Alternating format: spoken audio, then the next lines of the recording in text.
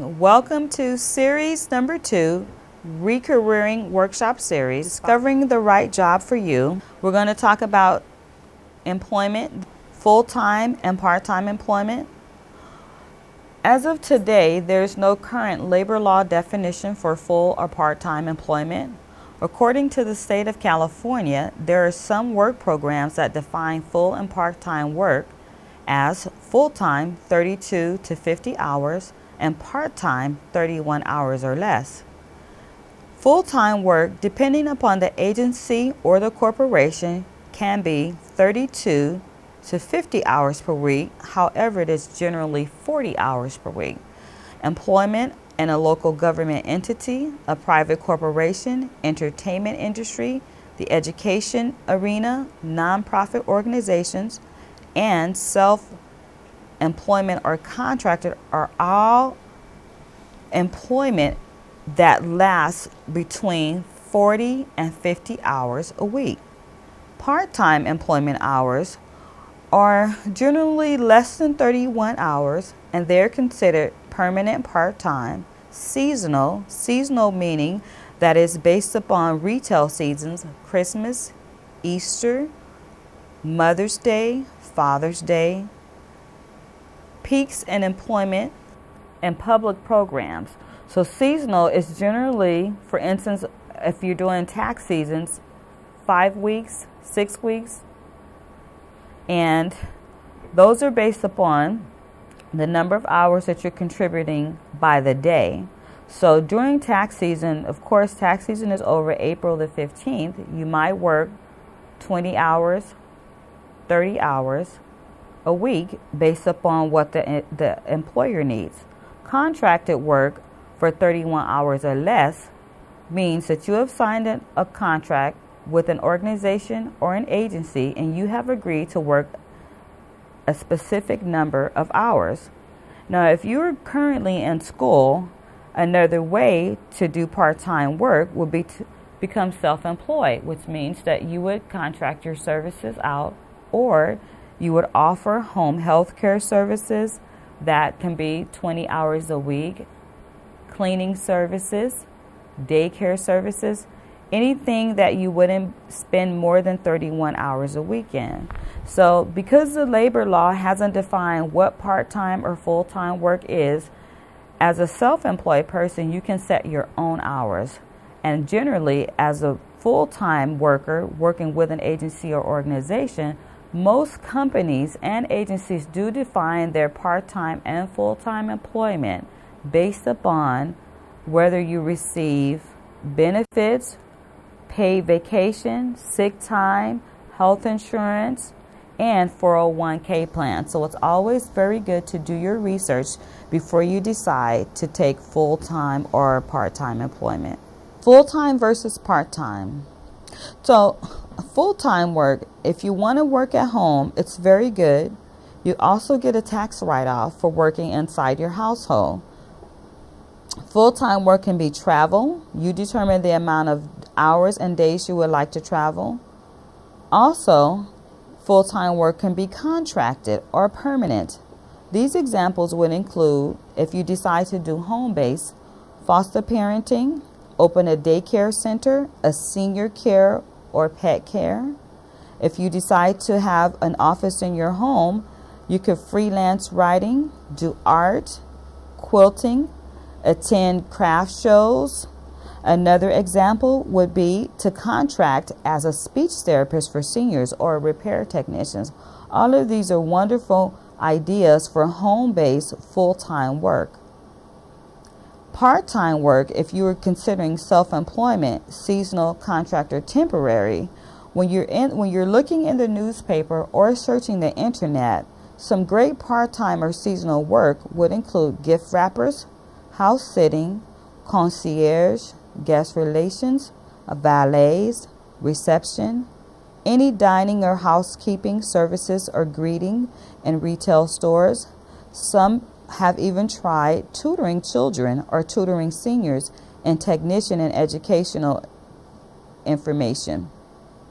Also, another great thing as a senior would be to become a theme park assistant. Most parents do rely upon helpers at the theme parks to assist them watching their children while they're away having fun or on a family venture.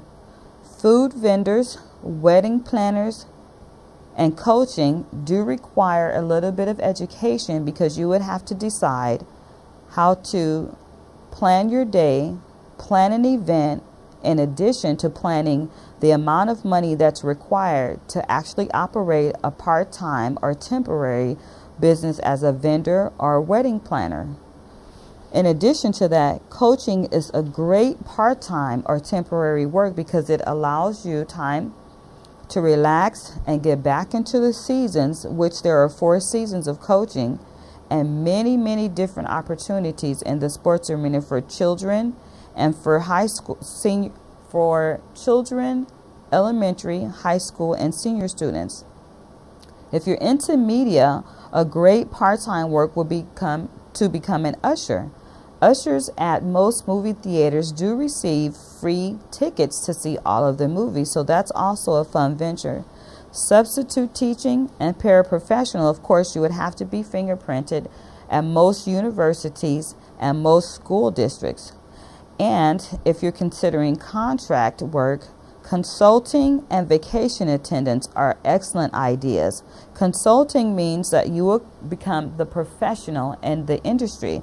You do your research based upon industry trends, and then you tell the person or the agency how much you want to get paid. And the same for vacation attendance. Because so many people are retiring, they now want to find out ways to spend their retirement money. And what better way to help someone relax than to become a vacation attendant? So these are great ideas in full-time versus part-time work. Another great way to find out what the best ways are if you're looking for money to supplement your Social Security income would be to go to the library. It is one of the best places to find wonderful resources on how to get back into work for full or part-time. Let the ships come rolling in. Ships are a great way to find extra money when you're thinking about going back to school and working part-time, or if you just want to consider school and then work based upon a plan that you've created. An apprenticeship program generally are vocational programs. They have very little to do with the regular educational plans, for instance, general biology or science or teaching. The vocational programs generally are working outside public institutions, for example, in forestry, masonry, construction. Examples like pole climbing or fixing electrical appliances. So apprenticeship programs, those are sponsored by the state of California, and all persons who are interested must clear a background check with the state and federal government depending on what area you're interested in training in. Most apprenticeship programs are between 2 and 5 years, and after the first 6 months of the probationary period, then you can receive a payment, and the payments are very good. So some apprenticeships start off between $20 and $30 an hour, and of course you must sign a contract stating that you will complete the apprenticeship program.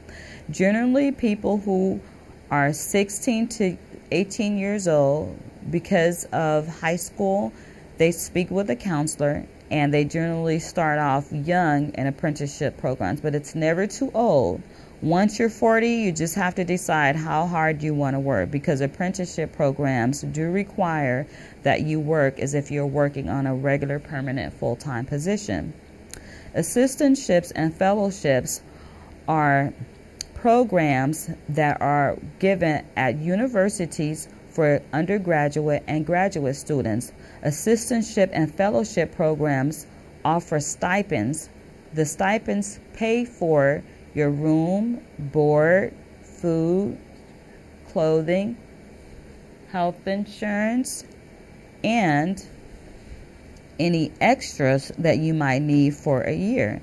Assistantships and fellowships are granted yearly based upon award money given by the state or federal government program for financial aid. An internship is a little different. Most people that go to internships are in college, they are undergraduate, and sometimes an internship is training only without pay. And the same thing for a traineeship. Traineeships are generally all volunteer. Some examples of getting a paid internship would be to work, for example, at the Department of Transportation for Caltrans. As an undergraduate student in a senior year, you do have if you have the proper connections, you can get an internship that is paid. The internships generally are not paid for more than a year. However, traineeships can continue past a year, and of course, you don't get any money. However, training is very important to employment. So no matter how old you are and what age you decide to begin, the ships are always a wonderful way to have extra money or training coming into your place and your plan of employment. One of the best websites for employment for the state of California is edd.ca.gov.